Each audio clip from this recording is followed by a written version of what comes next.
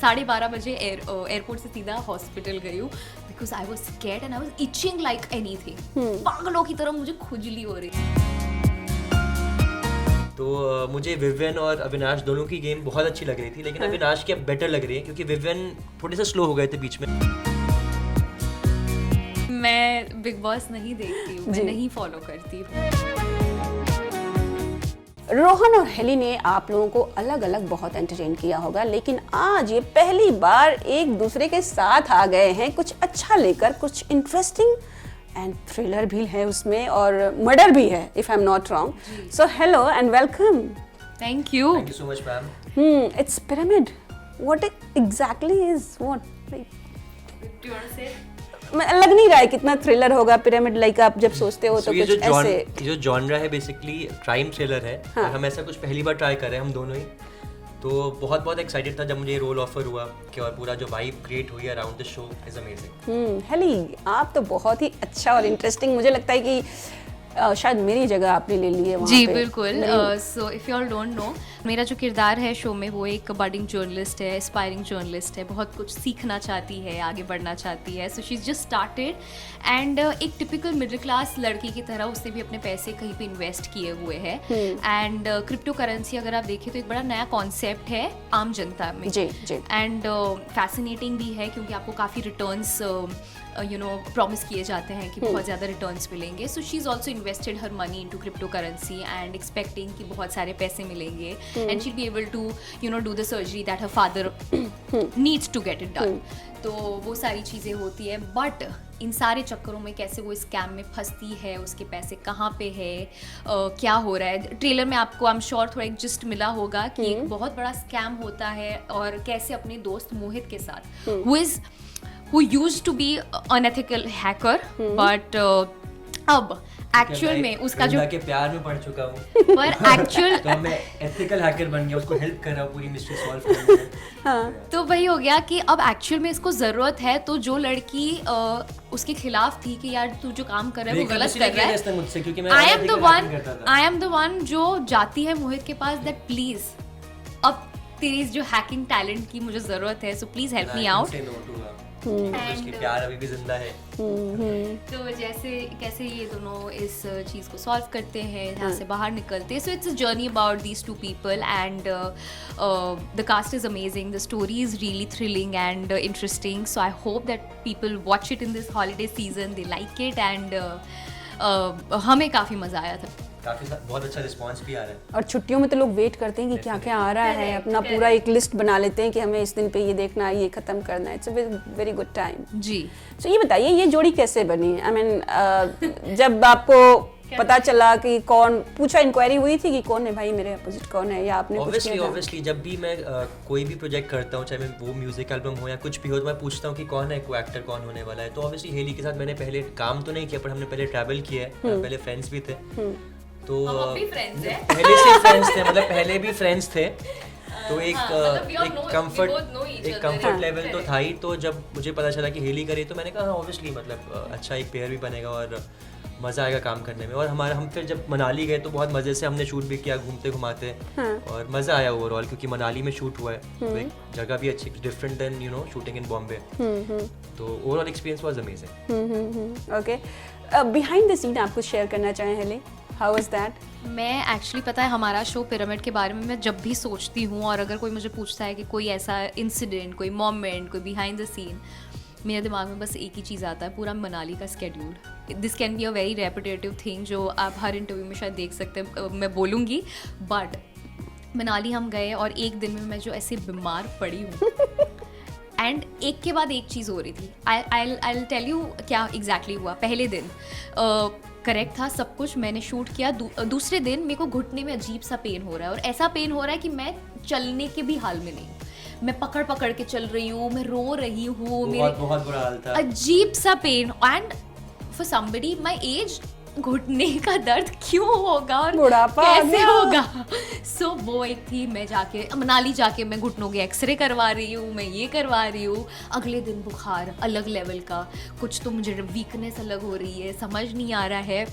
चलो ठीक है, वो सब हो गया, हमने शूट कर लिया। एयरपोर्ट पे, चंडीगढ़ एयरपोर्ट पे I go through this horrible skin allergy.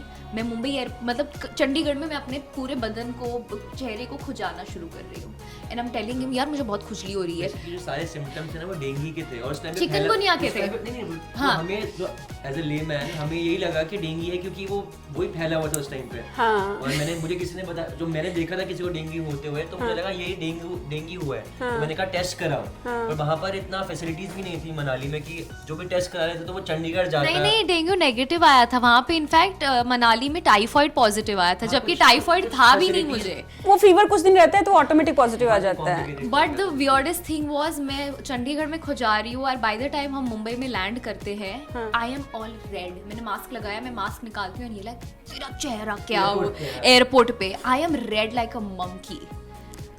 And फिर तो मेरे जो बेहाल हुए हैं, मैं 12:30 बजे एयरपोर्ट से सीधा हॉस्पिटल गई हूँ because I was scared and I was itching like anything. पागलों की तरह मुझे खुजली हो रही है, allergy kind of some weird allergy. तो this is like a core memory जो मेरे शो के शूट के साथ जुड़ी है and I can not forget that. It was a traumatic experience. बहुत मुश्किल हुआ था क्योंकि फिर था कि इसको शूट इससे करवाए, मतलब इसको बोले कि करें कि नहीं करें। अब सबके लिए वो बहुत हो गया था क्योंकि ऑब्वियसली तबीयत किसी की ठीक नहीं है, वो अपनी तरफ से कोशिश कर रही है लेकिन बहुत टाइम हो नहीं पा रहा था। और ठंड के अंदर क्या होता है ना, जो ये सब जॉइंट पेन्स वगैरह और एग्रीवेट हो जाती है। तो मतलब हम पुश कर रहे थे बट मन नहीं कर रहा था अंदर से, बट करना पड़ा फिर। But eventually but having said everything, my entire cast, be it Rohan, Karan, everybody, सबने इतना सपोर्ट किया। नितेश सर जो हमारे डायरेक्टर है, everybody has like really like took care of me, ऐसे हाथ में रख के कि यार नहीं कोई बात नहीं, तबीयत खराब हुई है, हम आए हैं, शूट तो करना ही है डेफिनेटली। बट घूमने निकल गया तो मुझे बुरा लग रहा था। तो मैंने हिली को कहा हिली क्या खाना है, कह रही मोमोज। तो मैंने कहा यार अभी कल एक दिन का शूट बचा है, कल को इसको डेंगू और मैंने कुछ गलत खिला दिया तो मेरे पे आएगा। मैंने कहा नहीं जान के नहीं लेकर आया। मैंने कहा उस टाइम पे यार That's pending. कोई बात नहीं। बॉम्बे यहाँ पे आई थिंक खाया था, फिर बॉम्बे में लास्ट वीक हमने डिमसम खाया था। Anything you, Rohan, you have to share like some sweet memories. अब ये तो है चलो ठीक है, थोड़ा सा बुरा हाल था लेकिन याद तो हमेशा रहेगा। बट हमेशा याद रहेगा एंड कोई बुरी मेमोरी नहीं है, ये भी अलग एक्सपीरियंस था and I just wanted to share कि यार ये एक बड़ा अलग ही हादसा हुआ शूट के टाइम पे। तो for me I was very excited for Manali schedule क्योंकि मैं पहले मसूरी में मेरी पढ़ाई हुई थी, मैंने स्कूलिंग मेरी मसूरी से है। तो मुझे जब पहाड़ आते, हिल स्टेशन आते तो मुझे बहुत अच्छा लगता है। तो Manali was a very good experience क्योंकि और शूटिंग में क्या होता है ना, हम वो सब जगह भी देख लेते हैं जो हम नॉर्मल लाइफ में नहीं देखते क्योंकि शूटिंग में वो अच्छी अच्छी जगह पर ही लेकर जाते हैं जो हैपनिंग जगह होती है और जो सब चीज़ें, क्योंकि उनको वही कवर करना होता है बैकग्राउंड और वो सब। तो उस तरह से डिफरेंट तरह से मैंने मनाली एक्सप्लोर किया। ओल्ड मनाली भी गए इस टाइम पे, तो बहुत ही अच्छी वाइब थी। तो ओवरऑल बहुत अच्छा एक्सपीरियंस था। अच्छा, ये क्रिप्टो की बात करते हैं, ये मुझे भी याद है कि जब आया तो इतना क्रेज था, ऐसा लग रहा था कि बॉस अब तो सब कुछ खत्म, क्रिप्टो ही क्रिप्टो। अभी भी ऐसे ही हो रहा है। मैंने अभी थोड़े दिन पहले न्यूज़ सुनी थी, किसी ने जो 2010 में बिटकॉइन में इन्वेस्ट किया था थोड़ा बहुत ही, मतलब कुछ तो थोड़े पैसे किए थे, अभी वो अगर अभी तक उनके पास है तो 300-400 करोड़ का बन चुका है वो, मतलब इतना ज्यादा। बट ये फैक्ट है या ऐसे ही? नहीं फैक्ट है ये। अच्छा। और किसी ने तो जैसे अपने डिलीवरी बॉय जो होता है ना, पिज्जा डिलीवरी बॉय को दे दिया, पैसे नहीं थे, ये ले क्रिप्टो कॉइन ले ऐसे रख ले। और अब वो अगर उसने रखा होगा, ये आता रहता है ना रील्स वगैरह पे जेन्युइन, तो उसके पास सोचो 300 करोड़ की टिप है। उस टाइम पे नहीं वैल्यू पता रहती है नहीं, बट दैट्स जेन्युइन है, मैं ऐसे क्यों बनाऊंगा। बट ये है तो ये सब इतना अभी भी, और अभी भी कई कॉइन्स ऐसे जिसमें हम इन्वेस्ट करेंगे तो वो ग्रो होंगे 10 साल बाद। नहीं पता, और रिस्की है, वॉलेटाइल मार्केट है, कुछ पता नहीं है, तो इसलिए मैं तो इन चीज़ों से दूरी भागता हूँ, पैसे बस अच्छी जगह पे इन्वेस्ट करता हूँ। तो दैट्स इट। हेली, आप कितना ध्यान रखती हैं जब इन्वेस्टमेंट की बात आती है? तो कोई है जो आपको सजेस्ट करता है या कैसे होता है? मैं बहुत ध्यान रखती हूँ एंड मेरा छोटा भाई है जो मुझे गाइड भी करता है और इन सारी चीज़ों का ख्याल भी रखता है and he also educates me in a way. I think back then जब मैंने शुरू किया था नया इन्वेस्टमेंट कुछ सालों पहले, वो छोटा था, ही 6 years younger to me, but he's the one who actually guided me in a way and I was really surprised. मुझे इतना प्राउड भी फील हो रहा था because I was like यार मुझे नहीं पता है but it's okay, मेरे भाई को पता है and he's actually guiding me and he's actually making me aware of certain small things and मैं और मेरा भाई हम करते हैं अब तो, हालांकि अब मुझे काफ़ी चीज़ें पता है और मैं अपना इन्वेस्टमेंट खुद मुझे पता है कि कहाँ करना चाहिए कहाँ नहीं करना चाहिए, बट मैं और मेरा भाई हम मिलके करते हैं एंड कभी कोई स्कैम का ऐसा शिकार हुई हैं आप, like In terms of investment, investment और मे बी दो OTP दे दो आपका हाँ। नंबर मेरे काइंड साथ तो ऑफ। हुआ है। I'll tell you what. हाँ। मेरे साथ एक बड़ा वियर्ड सीन हुआ था।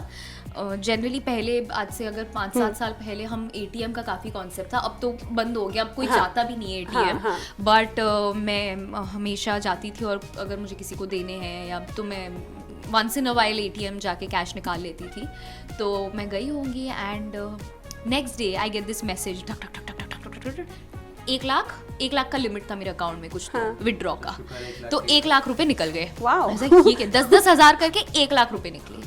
फिर मैंने कंप्लेन की, ये किया, वो किया, and then I got to know that वहाँ पे मैं कुछ दिन पहले गई थी जहाँ से उन लोगों ने मेरा कार्ड को क्लोन किया था। कैमरा भी उस लग but and nearest police station में बहुत सारे ऐसे केसेस गए थे, because the police officer he told me कि आप ही के ATM से बहुत सारे केसेस आए और सबके कार्ड्स क्लोन हुए। So that was like a very recurring incident जो उस टाइम पे हो रहा था। And but thankfully I got my money back. मुझे that's nice. Bank was kind enough, मुझे इंश्योरेंस और वो सब होता है तो you get your money back. But वो एक केस था, मुझे ऐसा लगा यार ऐसे भी पैसे जा सकते हैं, and you have to be very very careful. Yes. So but अब तो खैर फैसिलिटीज और टेक्नोलॉजी इतनी सारी अच्छी हो गई है कि अब थोड़ा कम यार वैसे scope है। तो कम नहीं हुआ है। नहीं। तो मैं तो रोहन बहुत को, tech हाँ savvy प्लीज। हूँ और मुझे तो लगता है कि मैं बहुत समझदार हूँ और हाँ। कोई बेवकूफ़ नहीं बना सकता, लेकिन मैं भी बन गया था रिसेंटली। तो बहुत बहुत चालाक लोग हैं यार वो, मतलब एक तो पूरा एक शो भी आया था इसी पे चैनल पे, तो जमतारा करके।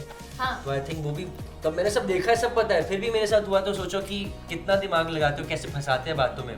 बेसिकली अगर आप पैनिक कर रहे हो ना किसी चीज़ पे, आप तो उस चक्कर में आप हाँ हाँ आपका वो हो जाता है। हाँ। तो मैंने कुछ गूगल से नंबर निकाला था जोमेटो कस्टमर केयर का, तो उन्होंने जोमेटो कस्टमर केयर का किसी ने फेक नंबर डाला हुआ था। जी। जब वो नंबर डाला था फेक, हाँ। तो फिर तो मैंने तो मुझे कुछ मेरे ना एक्चुअली जब मैं पेमेंट कर रहा था ना, तो मैंने गलती से जोमेटो वाले को नंबर पेमेंट कर दी थी, कुछ 15-20 हज़ार की पेमेंट मैं किसी को कर रहा था, बट जोमेटो गलती से चली गई। तो बेसिकली पंजाब के अंदर क्या होता है कि अगर आप जोमेटो वाला आपके पास आता है तो आपको कॉल डायरेक्ट नहीं आएगा, जोमेटो के थ्रू आएगा कॉल। नहीं, यहाँ पर तो हमारे पास नंबर आ जाता है ना, डिलीवरी बॉय का नंबर आता है, वहाँ डिलीवरी बॉय का नंबर नहीं आता है। हाँ। तो मैंने वहाँ पे तो मैंने गलती से ना लास्ट नंबर पे 10-15 हज़ार भेज दिए पैसे। अच्छा। गलती से होता है ना कि आप किसी और को भेजो, उस पर चले गए। तो मैंने हाँ। फिर मुझे नंबर नहीं पता था उनका, जो मुझे पैसे जो जोमेटो देने आए थे थोड़े टाइम पहले। हाँ। तो मैंने क्या किया कि मैंने कस्टमर केयर जोमेटो को फ़ोन करके पूछा गूगल पे। हाँ। तो किसी ने ना ये गलत नंबर डाला हुआ था, मतलब पूरा उनका स्कैम था ये कि हाँ। जोमेटो में उन्होंने रखा हुआ था कि ऊपर ही आता है जोमेटो हेल्पलाइन नंबर। हाँ हाँ तो मैंने फ़ोन किया उनको कि ये, तो कहते हैं हाँ हो जाएगा, कोई बात नहीं, आप एक काम करो, आप ये डालो वो डालो। मुझे लग रहा है कि यार कहीं स्कैम तो नहीं है। तो उन्होंने बोला ये, मैंने कहा ये तो मेरा आ ही नहीं रहा। कहते अच्छा ये इससे नहीं हो रहा, दूसरा फ़ोन आईफोन वगैरह से नहीं हो रहा था, कुछ एंड्रॉयड ढूंढो। तो मैंने कहीं जाके एंड्रॉयड ढूंढा कि चलो पैसे आ जाएंगे। तो जैसे किया तो मतलब, और मेरे साथ मेरे भैया भी थे जो कि हम दोनों ही सोच रहे थे कि यार हो भी सकता है कि नहीं हो सकता स्कैम। पे मैंने कहा कैसे होगा, इतना अच्छे से बात कर रहे, सब अच्छे से हो रहा है, और मतलब मैंने करा और मेरे 15,000 और उड़ गए। 15 से पहले गए थे, 15 और उड़ गए। तो लकीली जो जोमेटो वाला था ना, खुद ही आ गए वो देने के लिए 1-2 घंटे बाद कि अरे आपके ना आ गए थे तो आप ले लो। तो वो बच गए, बट ये हाँ। स्कैम में चले गए। ओह। तो बहुत स्केरी है। और फिर मैंने वो कार्ड बंद कराया, जबकि जरूरत नहीं थी कार्ड बंद कराने की, लेकिन फिर भी मैंने बंद कराया कि कल को दोबारा भी कर सकते हैं कुछ भी। बट मतलब मुझे पता ही हो सकता है, फिर भी मतलब वो ऐसा बातों में आपको कर देते हैं ना। हाँ, वो मोस्टली ना आपके ऑफिस और में जब आप बिजी रहते हो आप कॉल पैनिक कर करते रहे हो ना, अगर शिट यार मेरे 15,000 चले गए उस चक्कर में हाँ। कि कैसे, तो उस चक्कर में। और तो इसमें कभी भी ना यू हैव टू बी काम एंड कंपोज, और समझो कि यार, और फिर उसके बाद समझ में आता है कि यार अब तो मैं बहुत ही ज़्यादा और ज़्यादा वो हो गया हूँ कि नहीं, अब तो सही चीज़ को भी मैं गलत बोलता हूँ कि नहीं ये हो नहीं सकता। नहीं आप पहले ऐसे करो फिर मैं ऐसे करूँगा, तो यार ट्रॉमा हो जाता है। But ठीक है। हेली, आप बताइए कैसा चल रहा है करियर? बहुत सारे शोज आए, बहुत कुछ आया, कैंस में गए, बहुत कुछ हुआ। Please tell me how is it going great. मैं काफ़ी खुश हूँ कि अलग अलग लोगों के साथ काम करने का मौका मिल रहा है, अच्छी टीम के साथ काम करने का मौका मिल रहा है। बीट गुल्लक, बीट नाम नमक निशान और अब pyramid. So I been blessed with like some great teams and great shows I would say, क्योंकि as an artist I would want कि मैं अलग अलग किरदार निभाऊँ, कुछ ऐसी चीज़ें करूँ जो मुझे करने का मौका ना मिला हो। सो अच्छा चल रहा है and I am really hopeful that 2025 is going to be very very fun, very interesting. So yeah Rohan, आप बताइए कैसा चल रहा है? बहुत सारे म्यूजिक एल्बम्स तो मैंने कर ही लिए 70 प्लस, ज़्यादा ही कर लिया। अभी भी मैंने पिछले महीने में 3 करे, बट उसके अलावा ना मैंने ये जो बहुत सारी चीज़ें हैं क्योंकि दिखती नहीं है ना तो पता नहीं चलता। जैसे मैंने 2 फिल्में करी हुई है, एक तो संजय दत्त के साथ है, बट क्या होता है ना कि इतनी चीज़ें होती है ना कि रिलीज होते होते कुछ आ गया, किसी का कुछ डेट नहीं मिला, कुछ नहीं हुआ, तो वो बहुत चीज़ें पोस्टपोन हो जाती है। तो उस तरह से मेरा पिछला साल मैंने काफ़ी चीज़ें शूट की, 2 फिल्म और एक वेब शो किया था, तो बहुत वेट करना पड़ता है। टीवी में कभी ऐसा नहीं होता था, जब आप कर रहे हो तो रिलीज हो जाता है।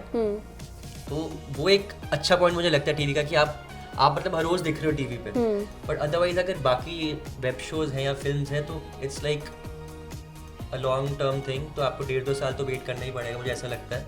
और उसके बाद भी रिलीज कैसे होता है, ढंग से रिलीज होता है कि नहीं, बहुत बहुत बहुत टाइम कंज्यूमिंग ये प्रोसेस है।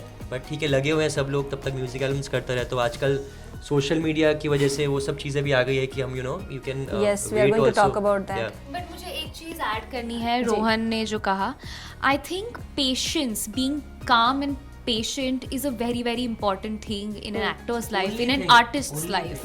मुझे लगता है बहुत ज़रूरी है, एंड वो मुश्किल इसलिए लगता है because you been doing television, तो उसमें ना आपको मौका ही नहीं मिलता है to sit back and reflect. It's only in times like these you understand the importance of being an artist, क्योंकि आप काम नहीं कर रहे हो और आपको एक्चुअली मौका मिलता है कि यार क्या हो रहा है, क्यों हो रहा है, सही हो रहा है कि नहीं हो रहा है, या और क्या किया जा सकता है। करेक्ट।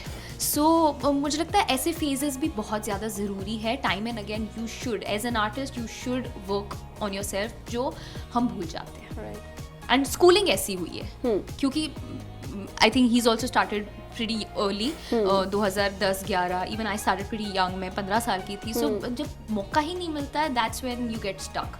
It's only जब आप कॉन्शियस डिसीजंस लेते हो is when you actually grow. Problem क्या है ना, जो मुझे तो नहीं, मैं तो मेरी फोकस, मुझे पता है मुझे क्या करना है, तो मैं पेशेंट रहता हूँ। लेकिन नॉर्मल जो दुनिया के साथ प्रॉब्लम होती है ना, जो हमारी फील्ड में एक्टर्स के साथ, क्योंकि लोग परेशान करते हैं, मतलब पूछते हैं कि अब क्या चल रहा है, आप कहीं पर भी जाओ अब क्या चल रहा है, व्हाट नेक्स्ट। मैंने बोला अभी तो किया है, मतलब व्हाट नेक्स्ट क्या, रोज थोड़ी ना, मतलब नॉट बिन टीवी तो हर रोज मैं थोड़ी ना काम करूंगा, 2-2 3-3 महीने का गैप भी आएगा, तो वो लोगों को परेशान करती है जिसकी व्हाट नेक्स्ट। और इसलिए ना आपको पता नहीं चलता, बट आप एंजाइटी लोगों को देते, मतलब हमें आती है as an actor, very annoying, but वो एक आप थ्रेड टच कर लेते हो कि अब people are waiting, people are asking, that means I don't have anything kind of. But ऐसा नहीं है, क्योंकि बट अगर आप इस फील्ड में कुछ करना चाहते हो तो मैंने जितने भी लोगों का मैंने स्टडी किया है कि कैसे जो जीरो से जिन्होंने शुरू किया है, तो उनका मिनिमम से मिनिमम 15 से 20 साल की जर्नी रही है, बिल्कुल, तभी वो इतने आगे बढ़े। तो फिर ये चीज़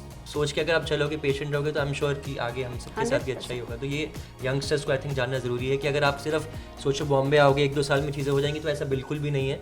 लकी हो गए हो जाएगी, लेकिन उसको मेंटेन करना, सस्टेन करना इज वेरी टफ, और 10-15 साल आपको चाहिए वहाँ पहुँचने के लिए। अब तो और मुश्किल हो गया है, बिकॉज ऑप्शंस प्लेटफॉर्म्स ज़्यादा हैं, तो एक्टर्स भी ज़्यादा हैं, इट्स नॉट दैट लिमिटेड। भी एक्टर्स बन रहे हैं, बहुत सारी चीज़ें घर बैठे बैठे चीज़ें रिकॉर्ड कर देते हैं, घर बैठे बैठे अपने ऑडिशंस बना देते हैं, तो कहीं से कुछ भी कोई भी सिलेक्ट हो रहा है, जो हम लोग इतने सालों से काम करें, हमें भी मेंटेन करना पड़ता है, सस्टेन करना पड़ता है।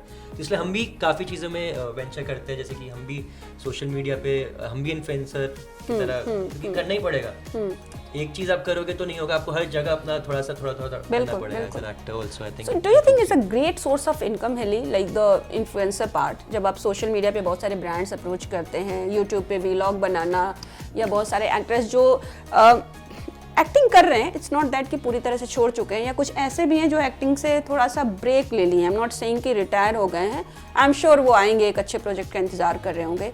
सो ये इन्फ्लुएंसर वाला जो पार्ट है, ये एक बहुत ही अच्छा बन गया एक्टर्स के लिए और एक ऑप्शन बन गया है। I think I do take it as like a content creation part, because this is the need of the art, I will say it that way, because लोग देखना चाहते हैं, एंड अगर आपको मज़ा आ रहा है, अगर आप बनाना चाह रहे हो कुछ अच्छा different content, because you have platforms like YouTube, Instagram, so why not, and of course then you have brands and you have people associating with you, collaborating with you, which is great, and but इसके साथ साथ again हर चीज़ के pros and cons होते हैं, तो वो तो हर एक चीज़ उसके साथ आती है, but I mean, you do have audience for it, इसीलिए you know people are getting involved. And I can take my example. मैं भी काफ़ी funny, कुछ cute, कुछ interesting, मतलब YouTube I love making vlogs. अगर कोई मुझे पूछता है तो somebody might ask me कि तू क्यों vlogs बनाती है, मुझे अच्छा लगता है. हाँ, इंटरेस्ट है, मुझे अच्छा लगता है because I actually just started while I was shooting for a show and I remember हम जॉर्जिया भी गए थे अभी हम लोग. I did make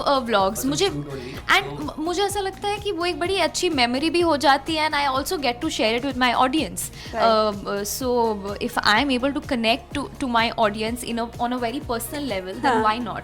as an artist मैं चाहूंगी कि यार एक पर्सनल कनेक्ट भी हो तो मैं दिखाती हूँ. Actually that's a great thing because पहले क्या होता था ना, लोग एक्टर्स को सिर्फ टीवी पे एक रोल के रूप में देखते थे और गलती से अगर दूसरे रूप में सोशल मीडिया या कहीं नॉर्मल पिक्चर्स में देख लिया तो बाय गॉड फिर तो गड़बड़ है. अगर बिकनी में देख लिया तो गड़बड़ हो गया मामला. टीवी के अंदर टीवी की जो बहुएं तो उनको ऐसा होता था. लेकिन आई अंडरस्टैंड आप जो कह रहे हो. मैंने देखा है कि वो हिना दी के साथ होता था जो काफी चीजें बहुतों के साथ हुआ है. अच्छा ये बताइए, ये बहुत लोग बात करें, बहुत सारे एक्टर्स ने ऑन कैमरा बात किया है मेरे साथ कि अब जो कास्टिंग हो रही है ना वो इंस्टाग्राम के फॉलोअर्स पे हो रही है. आप लोगों ने कभी फेस किया? यार हमारे फॉलोअर्स तो ठीक ठाक है लेकिन हमारी इतनी तो कास्टिंग नहीं हो रही है.